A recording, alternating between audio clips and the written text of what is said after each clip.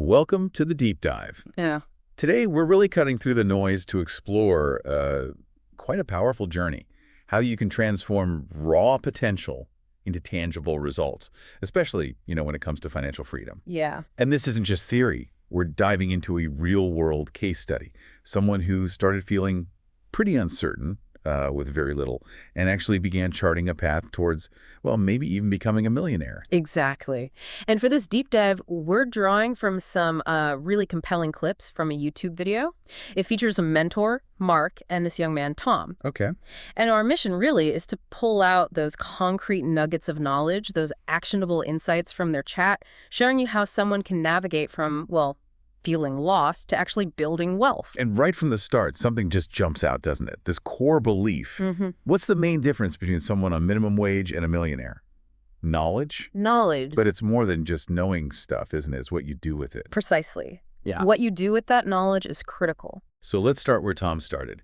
He pretty openly admitted feeling lost within myself, said he truly did not know what I wanted to do. That's a pretty common feeling for younger people nowadays. Oh, absolutely. And his struggles, they were so relatable, feeling not good enough, worried he'd just be stuck in a cafe job. Yeah. And seeing his paycheck just get flushed away. His escape was often partying, which, as he says, that good feeling doesn't last very long. He uses this really powerful analogy, too, for his journey. He calls it a spider's web. A spider's web. Yeah, like you're trying to get on track, kind of working your way out slowly. But then setbacks happen, like getting sacked from a job. Right. And you backtrack a bit. But Mark, the mentor, he really stresses there's always a path out to that million, even from inside the web. Always a path out. So, okay, what was his actual situation then, financially? Well, at that point, pretty stark. He was unemployed, earning maybe $400 a month just from odd jobs. Wow. And living at home with his mom. Right. But even starting there, he had some idea of the future. Yeah, surprisingly clear, actually. His vision for himself at age 33, having a family, owning a Tesla. A Tesla, nice. A house with a nice garden, maybe a couple of dogs, a German Shepherd, and a Husky, specifically. He's thought about it. He has. He wants to be happy, stable. Yeah. Not necessarily the absolute richest, but definitely, as he puts it, don't want to be struggling. Okay. And what's fascinating is the mentor's point here. He says, money certainly buys freedom. It gives you the chance to buy time for yourself. But, and this is the key bit, it doesn't buy happiness. He points out that, truly rich people, they often don't look rich. Think Zuckerberg, think Musk. Right, yeah. Not flashy. Exactly. They're focused on buying investments, property, running businesses, building that actual financial freedom, not spending loads on designer clothes or a glamorous lifestyle just to, impress someone that you don't even like. That really hits home. Building wealth, not just showing it off. Precisely. It's about the substance, not just the appearance. Okay, so we understand Tom's mindset, his goals, but how did he start making actual financial moves? Let's get into the practical advice, especially since he called himself a very erratic spender, often left with nothing from that $400. Yeah, and this is where a really critical insight pops up.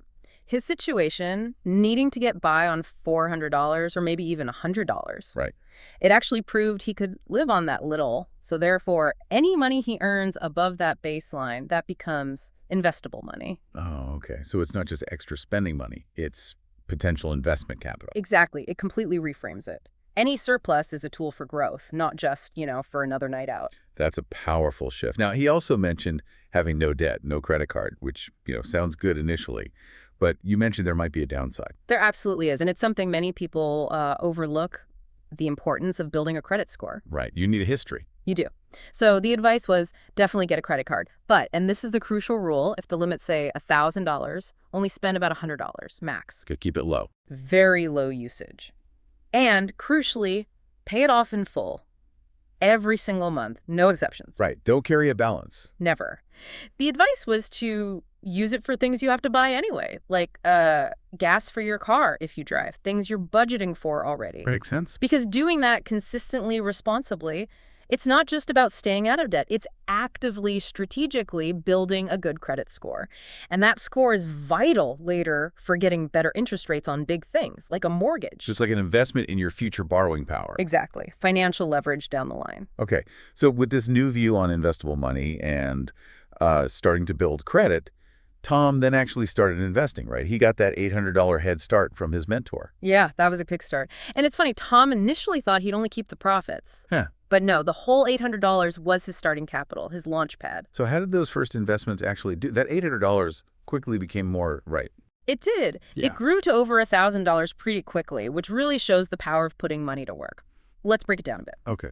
First, he put some in an S&P 500 index fund. That saw a steady 3.4% return. Pretty standard for that kind of fund short term. Right, that's more of a long game. Exactly. Described as reliable long term. You're aiming for maybe that historical 8% average, with compounding really doing the heavy lifting over years, like a snowball going down a hill, you know? Yeah, that snowball effect. Love that analogy. What else? Miles? 10 Tesla. And this one was, wow, nearly 30% return. For 3%. Yeah, 29.77% to be exact.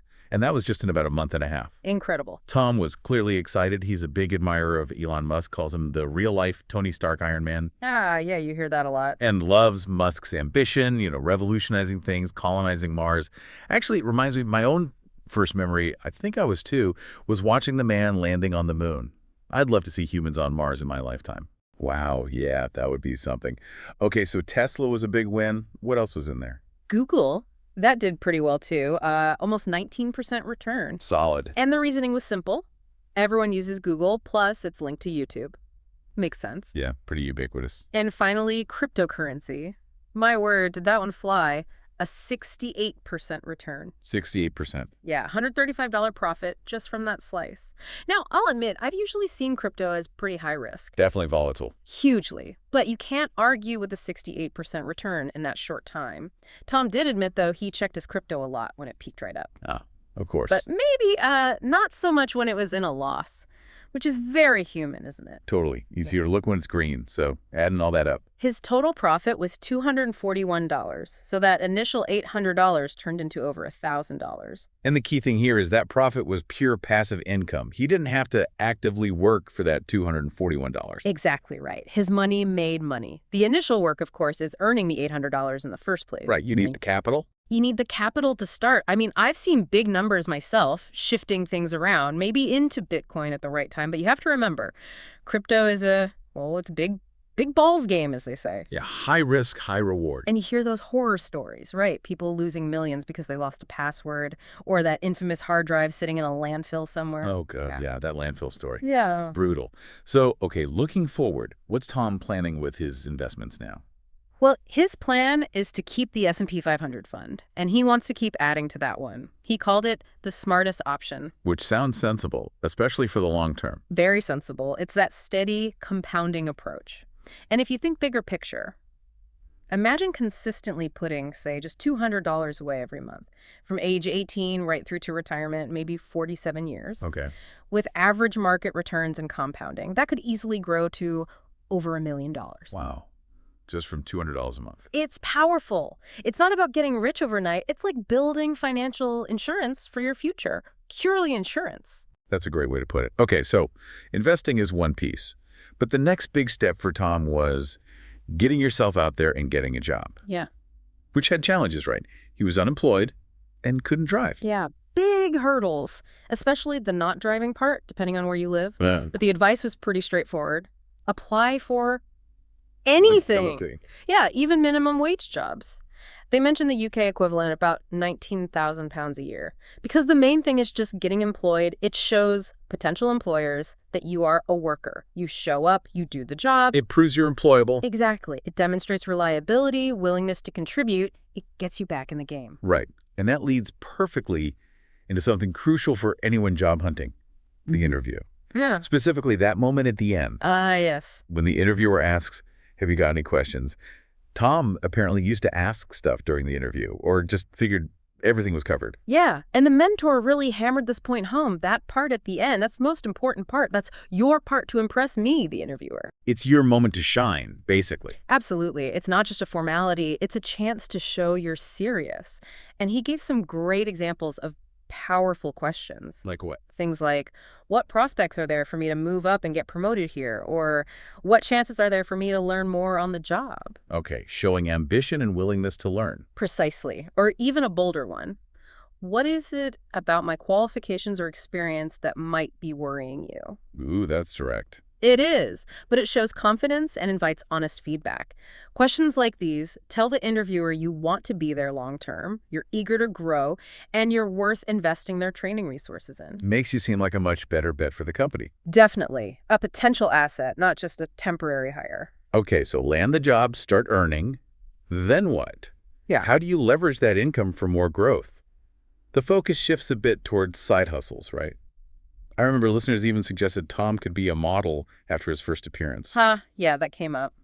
But Tom's own creative passion, it turns out, is cosplay stuff. Cosplay.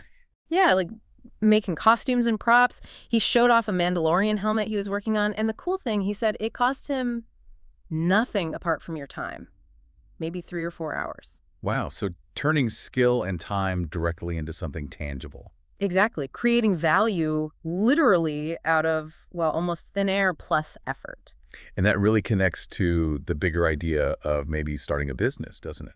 Finding that path for your potential, like we talked about. It does. The mentor actually used his own business as an example. He designs aircraft. Okay. Yeah, designs them, focuses on selling that design, then moves on to the next one. It's a way to build up a catalog of products, or designs in his case, without being stuck doing the same hands-on production over and over. So you create the blueprint, sell it, and move on. Interesting model. Yeah, and he noted it's great for people who, like Tom maybe, get bored quite easily. Yeah. It lets you stay creative, keep generating new things without the repetition. That makes a lot of sense. Yeah. But just making cool stuff, even a whole catalog, Yeah. it's not enough, is it? The source really hammered the need for proper customer research. Oh, absolutely critical, because your friends and family, they'll probably just say, oh, it's great. Yeah, they're biased. Exactly. That's nice to hear, but it doesn't tell you if strangers will actually pay money for it. That's not real market validation. So how do you get that real feedback, especially if you're starting with no budget? Well, the strategy suggested was pretty clever and free. Use Instagram. Instagram, how? Just post a picture or even just a concept, an idea for something you might make or sell. Put it out there. Okay. And see what the reaction is. Do people like it? Do they ask questions? That gives you your first customer research, and guess what? It's free. That's brilliant. Instant feedback loop. Totally. And the good news is Tom already had an Instagram going for that modeling idea, so he can easily adapt that, use it to test the waters for his cosplay stuff or other side hustles. Okay, so pulling this all together, we've followed Tom's journey from feeling really lost, that spider's web feeling, to taking these practical steps, managing money, investing, job hunting, thinking about side hustles. What does this all mean for you listening right now? I think it really reinforces that core idea. Yeah. Anyone can become a millionaire. It sounds cliche maybe, but the potential is there. But it also acknowledges some people don't want to take that path. Right. It's a choice, and it takes work. It does. The key is finding your path, the right way to channel your potential. And it consistently circles back to the idea that real wealth is about building that wealth steadily, methodically, not just looking rich. Yeah, substance over flash again. Yeah. And there's that simple but really profound line, too. The hardest thing with investing is starting. So true. Just taking that first step, putting something in, learning how money can actually grow for you. That seems to be the biggest hurdle for many. It really is. And it highlights a gap, doesn't it? Because this stuff, it's not something you get taught at school. No, definitely not. Yeah. So building that financial knowledge yourself and then crucially taking action based on it, that's definitely something that everybody should get into. It's almost a fundamental life skill now. Absolutely. This whole deep dive, it feels like it's unveiled this powerful mix, Practical steps, yes, but also mindset shifts. Yeah. And just grabbing opportunities when they arise. Yeah, building the foundation, making money work for you, unlocking that creative side. It's all connected. So a final thought then. Thinking about Tom's spider's web analogy again, those setbacks, trying to find the way out. Maybe ask yourself, what broken strands might you be facing right now in your own web? And thinking about everything we've discussed, what's just one small step, something you could do today to start weaving a new, stronger path toward your own vision of financial freedom?